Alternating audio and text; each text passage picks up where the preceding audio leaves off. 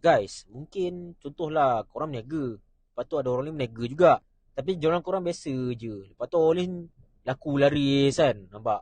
Lepas tu kita pun rasa down. Sebenarnya kita tak perlu pun rasa down. Sebab apa? Sebab hidup dia mungkin jenis dia lain.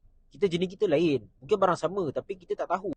Yang berjaya tu apa dia hadapi, apa perjalanan hidup dia. Dan mungkin waktu dia untuk, memang dia dapat benda tu kan. Memang waktu untuk dia dapat jualan yang laris dan laku kan.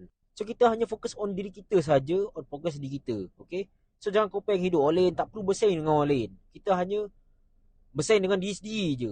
Pesaing terkuat kita adalah diri sendiri. Okay? Contoh self doubt. Lepas tu tengok orang rasa insecure, rasa down. Kita kena lawan against rasa down tu. Okay? Kita jangan biar rasa down tu kuasai kita. Okay? Jangan biar self doubt tu kuasai kita. Okay? Rasa malas kuasai kita. Kita kena lawan semua tu. Okay? So, pesaing terkuat adalah diri kita sendiri. Dan kalau kita dapat atasi pesaing ni, kita akan jadi seorang champion. Alright?